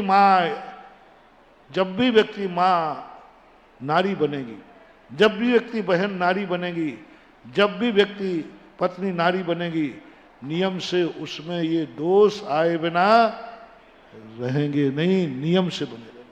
और दोष जहां आए वहां अंकुश की जरूरत है। रहे ताड़ना के अधिकारी। ताड़ना के बिना अंकुश नहीं लगाया जाता। इसलिए कोई भी बात के लिए समझने के लिए बहुत सोचना पड़ता मानव। हमारे लिए भी अपनी जिंदगी में कोई भी तत्व की बात जब आती है, किसने कह दिया तुम्हें पापी, किसने कह दिया, बुरा मत मानो, समझो। किसने कह दिया पागल, बुरा मत मानो, समझो। और वो बात जब समझ में आ जाती है तब व्यक्ति को लगता है और हो ये तो बिल्कुल सही है। अब बोलो, आपको आज नारी बिस्मिल नारी का अर्थ समझ में आया? ये पंक्ति बदल दूं के लिखी रहने? बोलो, ये पंक्ति बदल दूं के लिखी रहने? कई पंडित डर के कारण बगे महाराज जी इसमें हर समय झगड़ा होता है। एक पंडित जी थे सागर में, समगौरिया जी, उन्होंने कहा महाराज ये पंडित बदल ही देते हैं इन सबको। उन्होंने पूजा की पंडित बनाई, संसार में विष बेल मत मत, संसार में विष बेल मन मत, तज गए जोगीसरा। उन्होंने पंक्ति बदल दी, नारी हटा दिया। नहीं, पंक्ति को नहीं बदलना है, अपना सोच बदलना है। पंक्ति को मत बदलो, सोच को बदल दो, सब वही का वही रह जाएगा। बोलो, अब नारी शब्द के लिए निंदा की गई है, बोलो ये ठीक किया है कि नहीं? नारियां बोले, नारियां बोले, नारियां बोले। यहां नारी कोई है ही नहीं। मेरे प्रवचन में और नारी आ जाए, अरे राम राम राम राम राम राम, राम। मेरे सामने कोई नारी आ जाए, अरे राम राम राम राम। मजा आ रहा है कि कोई नारी आ जाए हमारे पंडाल में, हमारे मंदिर में, हमारे सामने। या तो कोई माता आती है, या बहन आती है, या पत्नी आती है, या बिटिया आती है। इनका है ये पंडाल, इनका है धर्म, इनकी है हमारी समाज। जैन समाज नारियों का समाज नहीं है। जैन समाज नारियों का समाज नहीं है। जैन समाज माता, बहन, पुत्री और पत्नियों का समान है, जो सदा निंदनीय कभी नहीं रही हैं और रहेंगी भी नहीं। बाजार में निकलो तो 4 रूप धारण करके निकलना। देखता हूं कौन तुम्हारे ऊपर बुरी नजर डालता है, अंधा हो जाएगा। 4 रूप बन करके निकलना। मां बन के निकलना। अब मां का पुराण पढ़ो, मां पुराण पढ़ो, मां पुराण। मां की वेशभूषा कैसी होती है, मां का चाल चलन कैसे होता है, मां का खान पियन कैसे होता है, मां का सोच कैसा होता है, मां की आंखें कैसी होती हैं, मां के कान कैसे होते हैं, मां की 24 घंटे की दैनंदिनी कैसी होती है, ये पढ़ने की जरूरत है। ये पढ़ लो और सही मां बन जाओ तो भक्तांबर में भी तुम्हें स्थान मिल जाएगा। स्त्रीणाम शतानि शतसो जनयन्ति पुत्रान, नान्या श्रुतम तदुपमम जननी प्रसूता, शर्वादिशो ददति भान सहस्ररश्मि प्रागेव दिन जनत ईश्वर दंसुजालम। क्या बात कही। स्त्री शब्द कहा, लेकिन स्त्री की प्रशंसा नहीं की, माता की प्रशंसा की। माता की प्रशंसा की। पूरे भक्तांबर में कहीं पिता की प्रशंसा नहीं है, पूरे भक्तांबर में माता की प्रशंसा है। नाभि राय तीर्थंकर के पिता का कहीं नाम नहीं लिया, पूरे भक्तांबर के अंदर कहीं नहीं लिया। भक्तांबर में वीतराग मुनिराज एक मां की महिमा गा रहे हैं और सूरज की उपमा दे रहे हैं। तुम्हें मां पुराण बनना चाहिए। तुम बहन पुराण पढ़ो। बहनों के बहन का गेस क्या होता है। बहन बन के जाओ बाजार में, अब बहन का पुराण पढ़ो कि बहन की वेशभूषा क्या होती है। भाई के सामने बहन को किस रूप में रहना चाहिए, कैसा सोचना चाहिए, कैसा उठना बैठना चाहिए, वो पुराण पढ़ लो, जाओ बहन पत्नी का रूप धारण करके जाओ बाजार में कि तुम किसी की पत्नी हो। पत्नी कैसे रहती थी, पत्नी का स्वरूप कैसे था, कैसी थी पत्नी का रूप, वो पुराण पढ़ के जाओ। बेटी बन के जाओ। तुम बाजार में नारी बन के निकलते हो तो नारियों पर तो बुरी दृष्टि सदा से दुनिया की बुरी थी, है और रहेगी। तुम कितना भी बुरा मानो, नारियों पर तो बुरी दृष्टि दुनिया की थी, है और रहेगी। कोई दुनिया की ताकत आज तक रोक नहीं पाए। भगवान भी आ जाएं तो नारियों को तो लोग बुरी दृष्टि से देखते आए हैं, देख रहे हैं और देखते रहेंगे। तो ये है रहस्यमय चीजें। इनको ना समझने के कारण से व्यक्ति सोच नहीं पाता कि हमारी जिंदगी क्या है। इसलिए अपना मूल प्रसंग जो चल रहा है कि एक कला सीखो, मत घबराओ तुम कौन हो। बस एक बात ध्यान रखना, ले दीपक कुएं पड़े। दीपक को, एक व्यक्ति के पास दीपक होता है लेकिन वो अंधेरे में चलता है। दीपक की महिमा बता दी, दीपक का प्रतीक बता दिया, सम्यक दर्शन, भेद विज्ञान, धर्म। प्रसंग था धर्म से सोचना है कहीं पाप तो नहीं बढ़ा रहा हूं, धर्म से कहीं मेरी कसाई तो नहीं बढ़ रही है, धर्म से कहीं लोभ तो नहीं बढ़ रहा है, कहीं धर्म को हम किसी पाप के लिए उपयोग तो नहीं कर रहे हैं। जैसे रावण का उदाहरण, ये विचार करना हमें। और फिर भी तुम्हारे जीवन में पाप नहीं छूट रहे हैं, उसके पापियों के लिए, उन मजबूर पापियों के लिए मैं एक रास्ता बता रहा हूं, घबराओ मत। एक माचिस की काड़ी तुम्हारे सब को खत्म कर देगी। बस तुम एक बात ध्यान रखना, सारे पापियों की जिम्मेवारी मैं लेता हूं, सारे पापियों के उद्धार करने की बात मैं कहता हूं, पापियों की, पुण्यात्माओं की नहीं। बस जांच बैठा लूंगा, जांच में कभी ये ना पाया जाए तूने पाप के लिए धर्म किया था। बस एक लाइन नहीं मिलना चाहिए। रिपीट करो, पाप किया है वो लाइन से घबराना नहीं। कितने बड़ा पापी हो, कोई फर्क नहीं पड़ता है, सबके लिए कानून है और सबके लिए बरी हो जाओगे। राष्ट्रपति याचिका बरी कर देगी। बस कहीं तुम्हारा ये ना लिखा जाए तुमने पाप के लिए, बस इतनी सी लाइन नहीं आए जिंदगी में कि तुमने पाप के लिए धर्म किया है, पाप के लिए माला फेरी है, जुआ के लिए भगवान का नाम लिया है, किसी मर्डर के लिए तुमने भगवान महाराज का नाम लेकर के किसी के यहाँ डांका डालने के लिए तो महाराज का नाम लेके गए हो, भगवान का नाम लेके गए, जो अनैतिक हैं, नैतिक नहीं। पाप को, उस पाप की बात नहीं कर रहा हूं जो गृहस्थी में होते हैं, नहीं, उनको पाप की संज्ञा गृहस्थ की अपेक्षा मैं नहीं दे सकता।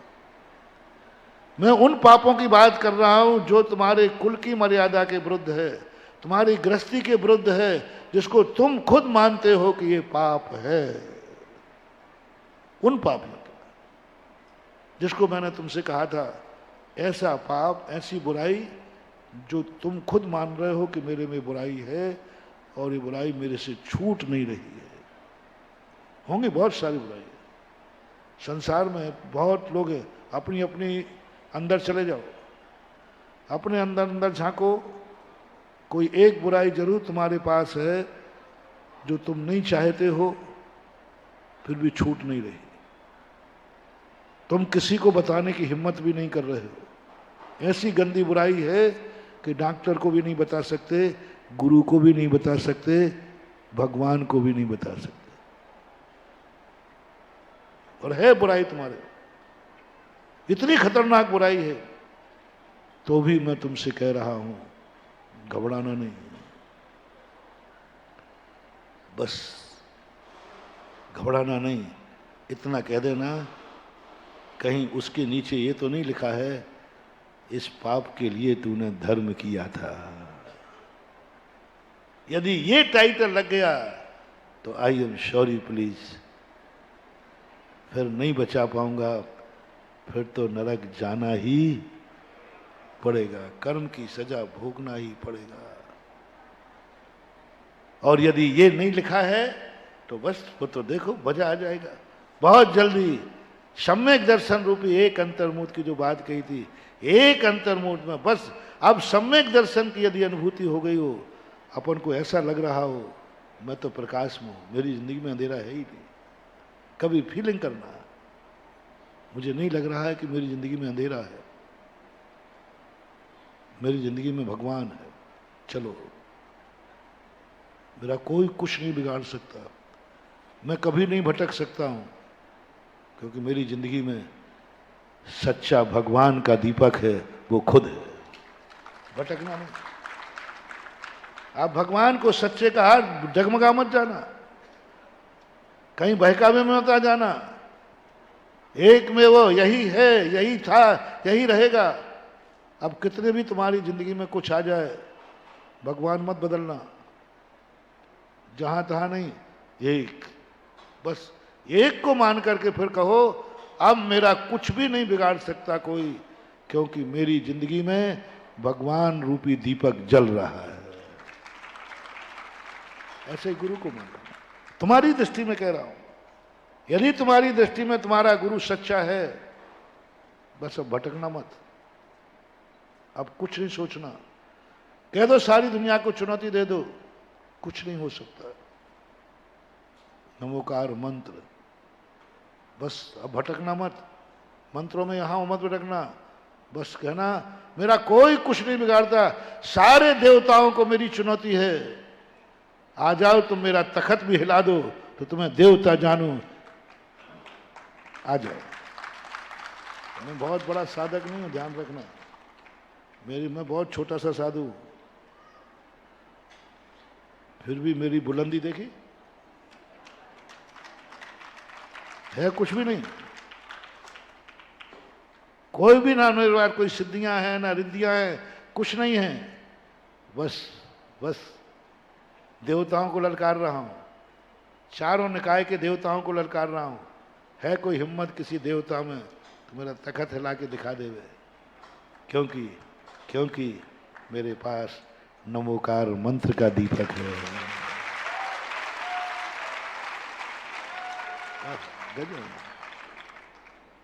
क्या कर पाया चक्रवर्ती, जब तक वो चक्रवर्ती नमोकार मंत्र बोलता रहा, छू भी नहीं पाया।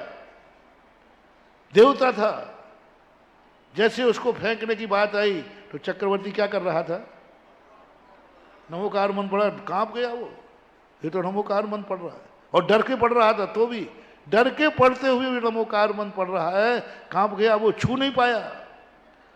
ओहो, इसने तो नमोकार मंत्र का दीपक जला रखा है, इसको बुझाओ, इसको बुझाओ। और जैसे नमोकार मंत्र के दीपक को बुझवाया पैर से, तैसे देवता क्या कहता है, दुष्ट, इसी दीपक के कारण तो मैं छू नहीं पा रहा था, चल फेंक दिया। मैं इतना बुद्धू नहीं हूं, सारे देवता भी आ जाएं तो मेरे नमोकार मंत्र के दीपक को बुझा नहीं सकते, क्योंकि वो मैंने जला रखा है निसंकेत अंग से, वो जला रखा है मैंने 8 चिमनियों से, निसंकेत निकांक्षित समंत्र भद्र महाराज ने उसकी सुरक्षा करने के साधन दिए हैं, वो साधन जुटा के बैठा हूं। बस एक ही ध्यान रखना, अपने पास जो धर्म का दीपक है ये बुझ ना पाए, ये बुझ नहीं पाए, इसका घी खत्म नहीं हो पाए, इसकी बाती जल नहीं पाए, इसको हवा का झोंका, हवा के झोंके क्या है, संकट, हवा के झोंके क्या है, लोभ, हवा के जो क्या है, विपत्तियां, हवा के झोंके क्या है, मजबूरियां। कई बार ऐसी मजबूरियां आ जाती हैं, कुदेवों के पास जाओ, वहां झाड़ा लगा के आ जाओ, वहां ही करके आओ, मजबूरी में चला, पर वो मजबूरी का झोंका, वो बत्ती का झोंका हमारे दीपक को न बुझा पाए, फिर कह दो देवताओं से। हाँ, ऐसी बात नहीं कि मेरी ये हैकड़ी कोई देवता सुन नहीं रहा हो। ये प्रवचन पूरे वर्ल्ड में नहीं जा रहा है।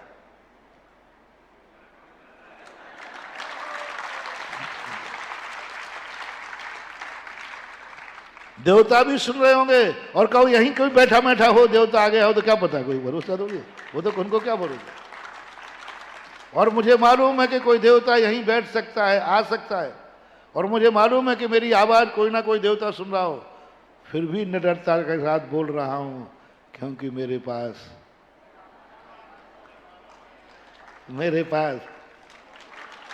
करो, आप भी गर्व से करो, कोई मेरा कुछ नहीं बिगाड़ सकता, क्योंकि हम सबके पास नमोकार मंत्र है। बस ये दीपक हमारी जिंदगी में जलते रहना चाहिए। महानुभाव, अंधकार को क्या मजाल है कि दीपक को बुझा दे। अंत का मोटिवेशन, प्रकाश दीपक को हटा सकता है, लेकिन अंधकार कभी प्रकाश को नहीं हटा सकता, कभी नहीं हटा सकता। सम्यक दर्शन मिथ्यात को हटा सकता है, मिथ्यात की ताकत नहीं कि वो सम्यक दर्शन को हटा दे। हम ही खुद हटा दें तो मिथ्यात आ जाएगा, हम ही खुद दीपक बुझा दें तो अंधकार आ जाएगा। समय आपका हो गया, आज इतना ही। महावीर भगवान की। पूज्य गुरुदेव श्रवण मुनि 108 श्री सुधा सागर जी महाराज की। मित्रों, आज के प्रवचन में जहां पर पाप की बात आई, जहां दीपक की बात आई, जहां सम्यक दर्शन की बात आई, लेकिन एक बहुत सुंदर प्रसंग निकल कर आया, वह नारी के ऊपर आया। और ये प्रसंग लगभग सभी के लिए है। अक्सर जो आज महाराज जी ने कथा कही वो सही है, हर मंदिर में पूजा के वक्त यह कुछ होता है, लेकिन संभवतः पहली बार सही उत्तर हमें मिला है। इस प्रवचन को विश्व की जितनी भी माता, बहन, सुता और पत्नियां हैं, वो कृपया करके अपनी संगनियों को सुनाएं, क्योंकि अक्सर कभी कभी वह भी हमें सुना देते हैं कि कैसा आपका धर्म है। हमारे पूज्य गुरुदेव ने आज उस प्रसंग को खुलासा कर दिया है।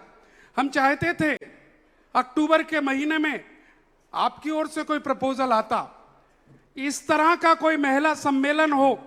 हम चाहते थे कि आगरा नगर के महिला मंडल आए हमारे पास, कि पूज्य गुरुदेव के सानिध्य में हम 5,000, 10,000 महिलाएं आगरा की, जयपुर की, राजस्थान की, उत्तर प्रदेश की और आसपास के जितने भी एनसीआर की, सब यहां पर एकत्रित हों और 2 घंटे का मात्र वो प्रवचन, जितनी भी गलतफहमियां हैं वो आपके लिए हो, ऐसा हम चाहते थे।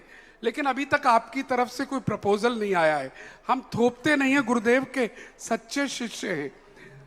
पूज्य गुरुदेव ने जैसा कहा, आज ड्रेस कोड भी बता दी, बहुत शॉर्ट में बोला है। आज इसको अगर विस्तार करें तो हर बेटी जो बहस करती है मैं जीन्स क्यों नहीं पहनूं, हर बहू जो कहती है जमाना बदल गया साहब, अब ये साड़ियों में और सर ढककर हम क्यों आए, हम तो बिल्कुल बेटियों की तरह रहेंगे, बल्कि बेटों की तरह रहेंगे, पता ही नहीं चलता बेटे हैं या बेटियां।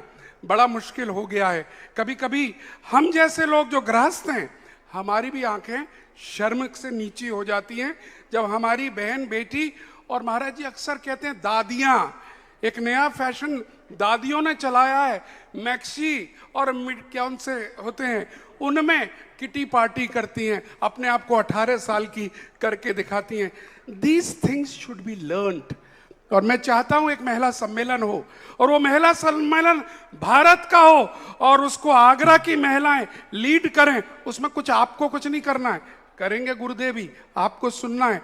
दोपहर के 2 घंटे आपको दिए जाएं, ऐसा हम चाहते हैं। लेकिन आपकी तरफ से गुरुदेव के पास अनुरोध आएगा, तब इस प्लान को डिस्कस करेंगे। हमारे बीच में नवी मुंबई खारगर से आज, ठीक है, नवी मुंबई खारगर से आज एक टीम आई हुई है, मैं मंच पर बुलाना चाहूंगा। पूज्य श्री से आशीर्वाद लेने आई है। एक नवीन जिनालय वहां का बना रहे हैं, 4 मंजिला, और वहां के अध्यक्ष, मंत्री और कमेटी यहाँ पर आइएगा, जरा जोरदार तालियों के साथ उनका स्वागत करिएगा। और बड़ेदिया, बागड़, बांसवाड़ा से प्रातःकाल ही उन्होंने अपना परिचय दे दिया था बोली लेकर, लेकिन वो आ जाएं आकर एक बार।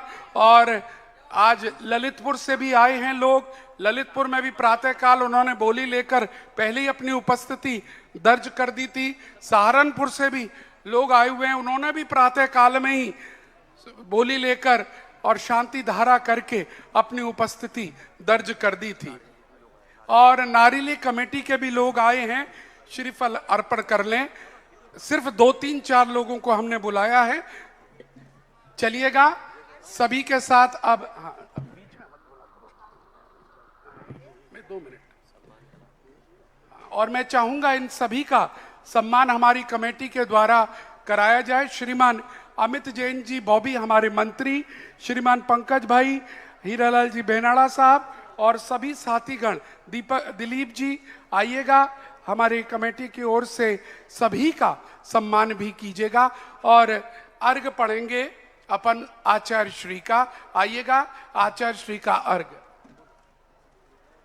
भावों की निर्मल सरिता में अवगाहन करने आया हूँ, मेरा सारा दुख दर्द हरो यह अर्घ भेंटने लाया हूँ।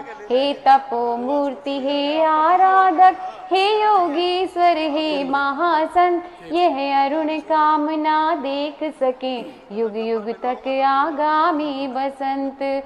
ओम नमः से 108 आचार्य श्री विद्यासागर जी मुनीन्द्राय अनर्पद प्राप्ताय अर्घम निर्वपामीति स्वाहा। और जिससे पहले हम पूज्य श्री का अर्घ पढ़ें, यहाँ ये मोबाइल भाई साहब को मिला है। मंदिर जी में लोग इतने भक्ति में दीवाने हो जाते हैं कि अपने मोबाइल छोड़ देते हैं। कल भी ऐसा हुआ था। जिनका भी मोबाइल हो वो कृपया ले जाएं। दूसरी सूचना, भीड़ में जब आप अति उत्साह से ऐसे आगे आते हैं, वहाँ पुरुष जन भी हो सकता है, आगे पीछे कुछ बाहर के असामाजिक तत्व भी आपके मध्य हों, थोड़ा सा ध्यान दीजिएगा। अपनी पर्स, चेन, मोबाइल, इन चीज़ों का आगे पीछे कौन आपके खड़ा है देख लीजिएगा। इतने दीवाने ना हो जाएं कि मेरा चेहरा महाराज पहले देखें और पीछे से पार हो जाए, ध्यान रखें। चलिएगा अर्घ अर्पण करेंगे। हे सुधा सागर दयालु, मुझको जीवन दान दो, सर उठाकर चल सकूं ऐसा मुझे सद्ज्ञान दो, आ सकूं तेरे निकट ऐसा सरल सोपान दो, शीघ्र तर जाओ भवोदध यह मुझे वरदान दो, नाम ही जपता रहूं जीवन तराने के लिए, भेंट में कुछ भी नहीं लाया चढ़ाने के लिए, भेंट में कुछ भी नहीं लाया चढ़ाने के लिए। ओम राम नोम श्री सुधा सागर जी मुनीन्द्राय अनर्पद प्राप्ताय अर्घम निर्वपामीति स्वाहा। नमोस्तु महाराज जी, नमोस्तु भगवान, नमोस्तु स्वामी। और आइए जिनवाणी स्तुति करते हैं। श्री जिनवाणी जग कल्याणी, जग जन मद तम मोह हरि, जन मन हारी गण हर हारी, जम जरा भव रोग हरि, तिथय राणम दिव्य जोड़िम जो पढ़ई सुनई मैया धारई, प्राणम सुख मणंतम धरिया, सासद मोख पदम पावई, सासद मोख पदम पावई। 9 बार नवकार मंत्र।